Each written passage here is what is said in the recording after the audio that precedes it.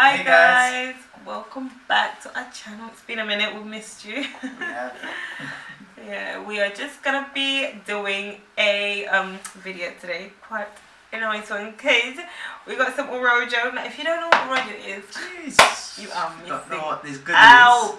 is. You are missing out, okay? All my Zanzibari or Tanzanian and Kenyan friends will know Orojo, okay? It's just saying it makes my mouth water. This Yeah. is the bang bang.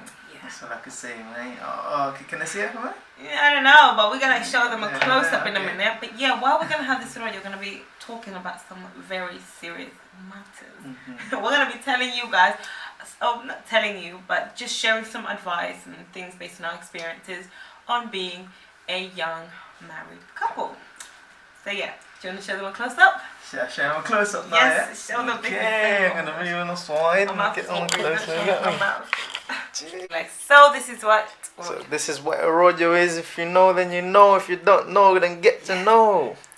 Tell him, babe. This is basically heaven in a bowl. Long story short. Yeah.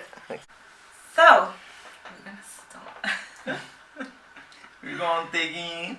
So, first question I want to ask you before you even take your first bite. Yeah. Is as a newly married man, Yeah.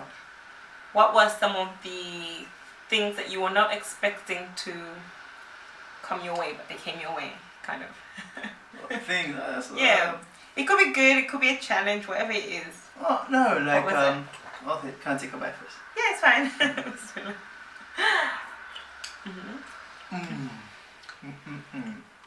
That's nice.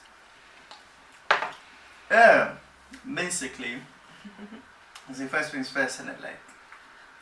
Like, as a newly married guy, beforehand you get advice from people, etc., and everything, and everyone goes through different experiences and stuff. But they have this perception of like where marriage. The first year of marriage is meant to be like really difficult, etc., etc., etc.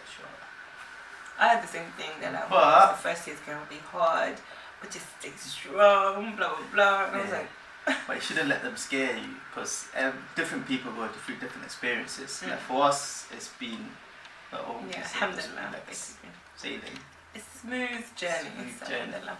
And stuff. So I'll say that was the major one, innit? Like. So you expected it to be like something like super challenging at first. Challenging and stuff for the first year and stuff, and obviously like talking to someone and actually living under the same roof as someone's completely two different things. So you don't know what to expect. Like you've been brought up in two different households.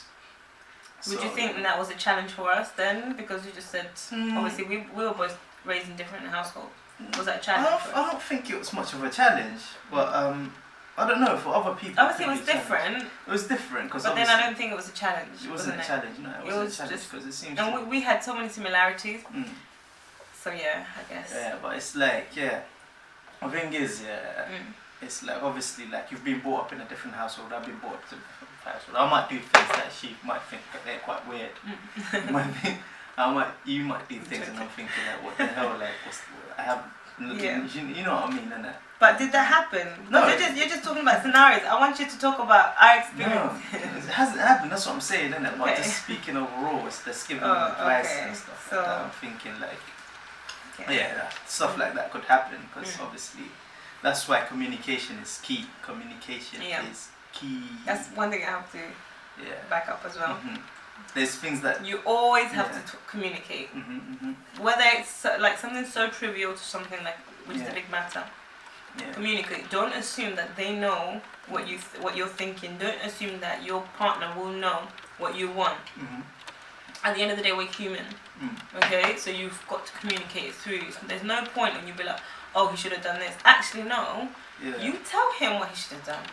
If that's what you think, basically, you talk it out, and there's no reason to be sour about things. You've got to be nice and approach each other in a nice way, because at the end of the day, you guys are going to be together for life. So you better start on a good foot, otherwise, you know. Yeah, and you know, like none of us are like mind readers, so you ain't gonna know if there's any like issues, there's any problems. It's best to communicate them early. because you know that the first year of marriage that's where you build up the foundation. So if there's anything like you two, you have to speak out from then. You speak from the get-go, and that's the foundation. You know how you build up the foundation and the house comes up type of thing. Yes. So if the foundation is strong, you know, the house is more stable and stronger.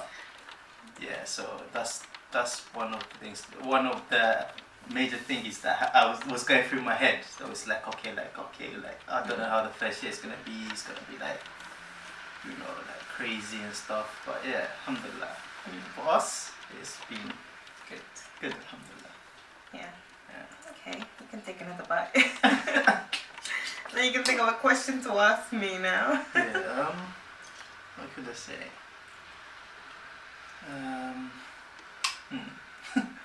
I don't know. What question should I ask you? I don't think. What question should I ask? You can't think of a question. What advice would you give? What advice would you give females? In what? In regards to what? anything in regards That's to such a broad topic. I don't know, like you know, like marriage and stuff, like. That's broad. I don't want it to be narrow. Okay, I don't know. I can't think of any other questions. Come on. I can't think. What could you say? Okay, literally, okay, there's like, I don't know with like other cultures, but with our culture is that the girl moves in with the guy type of thing. So what would you give to family, to like females and when I work when they leave their family behind and start what advice would you give them to transition better or something? The transition. That is a good question. Because you know there's like. I know. It's obviously it's different situations for different people. But the advice I'll give is that it's not going to be the easiest thing in the world moving away from your family to your your new family. Basically, it's gonna be your new home. This is your husband, so this is your family now. You know, it won't be easy, and it won't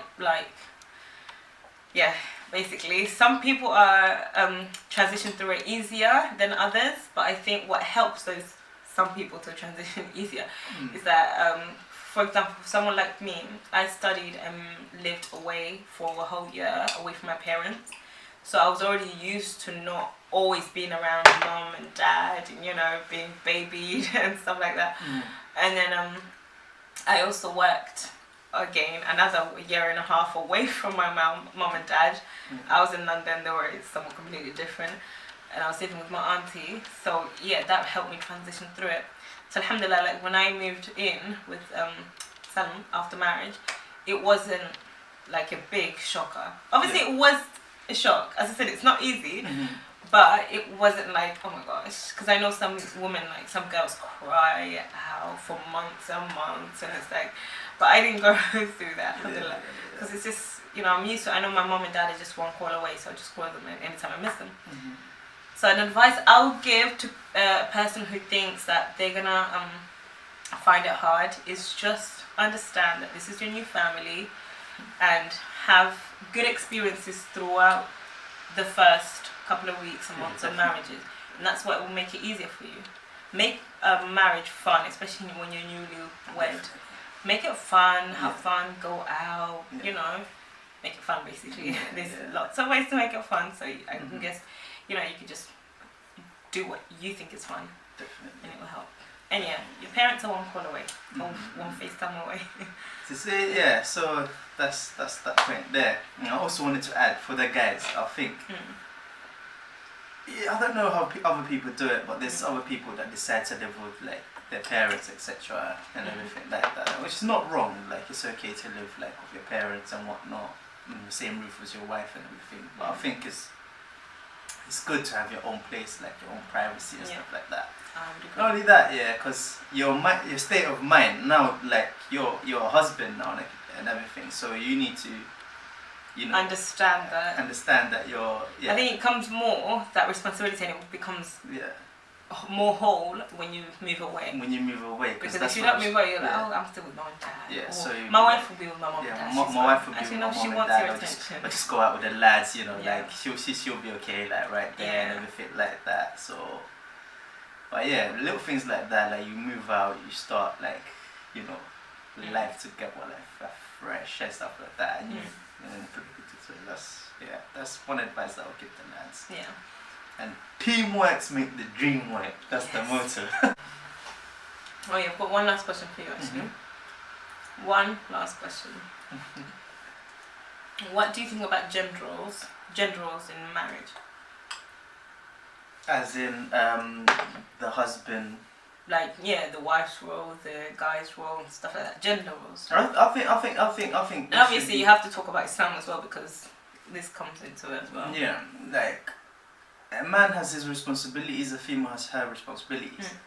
But I think there should also be equality. Like you have to discuss together and plan out and everything like that, which is meant to be, you know, shared equally amongst us. But but when it comes to it, I think there shouldn't. I don't know. I'm not for this like you know like a female is meant to be doing this, a male is meant to be doing that. It should be a thing where you both help each other. That's what I believe anyways, isn't it? Especially in this day and age, and we're not living like in like Africa and stuff like that and everything. I'm so stuff for all that. I'm not belittling Africa, but I'm just saying, innit, like we're more forward thinking basically. Yeah, it's just But I would agree with you, but I want to add on to that basically. Yes, you're right. It's a different age, but the gender roles are there. I'm not gonna lie. The wife has her duties, the husband has his duties, especially when, as I said, when you talk Islamically. Yeah. Like we've got different roles and responsibilities that we need to uphold in our marriage, in our our household and things like that.